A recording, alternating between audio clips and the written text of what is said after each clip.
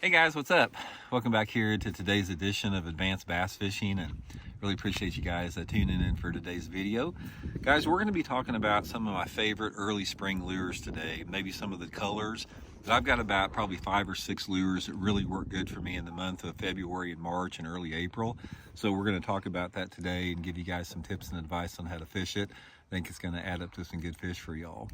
Also, guys, before we get started, I'll have all these linked in my Tackle Warehouse link in the description. Actually, now's a great time to buy some lures. Tackle Warehouse has got 25% off on most of their stuff across the website. So I'll link everything in the description of this video. And also, guys, just want to invite everybody to please hit that subscribe button here at Advanced Bass Fishing. We also got channel memberships and a bunch of good things in the description link, so really appreciate that. Okay guys, early spring fishing, this is what we're talking about. I consider the sort of the benchmark for early spring fishing is when that water temperature first starts getting into the upper 40s. In other words, it's like, say for example, if your water temperature bottoms out at 42, 43 degrees, when the water temperature gets about 5 degrees warmer than what the coldest point it ever did, that's sort of the transition period into early spring fishing, and that's when these lures that I'm going to talk about are going to work good today. So I'm going to go through each one of some of my favorites and explain the situations they work in. So here's one of my favorites, guys. Everybody's got to have. It's just the old school Shad wrap. Now I really like the crawdad pattern like this. This is probably my favorite color in early spring.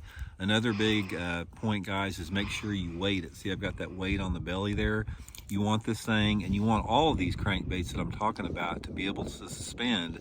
You don't want them floating up, because when you reel that bait down like that and you pause it, you don't want it floating up because you're going to lose your depth. You want this thing staying neutral or even sinking slowly to get that depth out of it. But the Shad wrap is a really, really good bait early in the spring. It has been forever. It's a quiet, subtle bait, doesn't make any noise, got a small shad profile.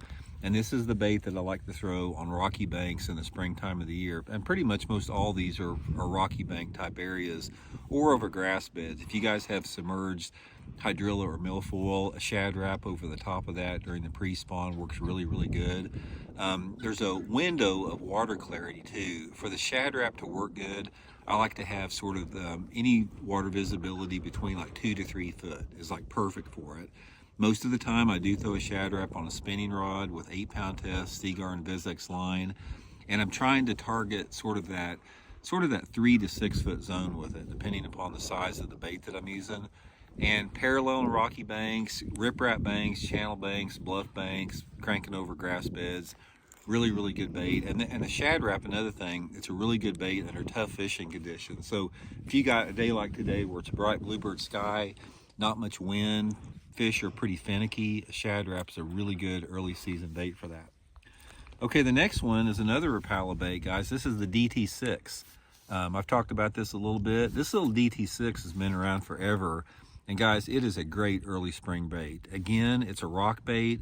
I like to crank, it doesn't matter if it's big rock or bluffs or gravel banks or clay, but it's just a really good all-around crankbait for cold water on rocky banks. And again, I will put the suspend strip on it. I don't have it here because this is a wood bait and it floats up pretty quick. But fish this again on a spinning rod, the 8-pound test Seaguar and Vizex as well. And the DT6 works a little bit better if the conditions are a little bit nastier. Say for example, you got it's a cloudy day out, you got wind. When those fish are a little bit more aggressive with those conditions, I like the DT6. It's a little bit larger bait, a little bit larger profile, but it's even though it's a larger profile, it's still a pretty compact bait. It's quiet again, there's no rattles in it. It's got a tight wobble, just like the Shad wrap. Really, really good bait early in the spring. Okay, and the last one, guys, is the Megabass Sonic Side. This is a flat-sided crankbait. Looks just like a Shad. Again, it's got a pretty tight wobble on it. And the thing that is really good about the Sonic Side is in cold water, they like a flat-sided crankbait a lot of times. And the Sonic Side is a really good bait to fish if the water has a little bit of color to it. So if I have water visibility of less than 2 foot, and I don't like fishing any water visibility in the early spring of under 12 inches, but when you have 1 to 2 foot of visibility, again, rocky banks, the Sonic Side works really, really good. There's something about a flat side crankbait in off-colored water in the early spring that works really good. If it's cloudy day out, I'll use something bright like the chartreuse. On a sunny day, more of a shad pattern. But those are two of my favorite lures for early in the spring. So that's it, guys. These three baits right here, I've caught so many bass on these three lures right here in the early spring when that water temperature is between like 47 to 55. Definitely want to try them out. Again, I'll link all these lures in the description of the video if you guys want to pick up a couple there. So anyway, hope it helps you guys out, and we'll check in later. See y'all.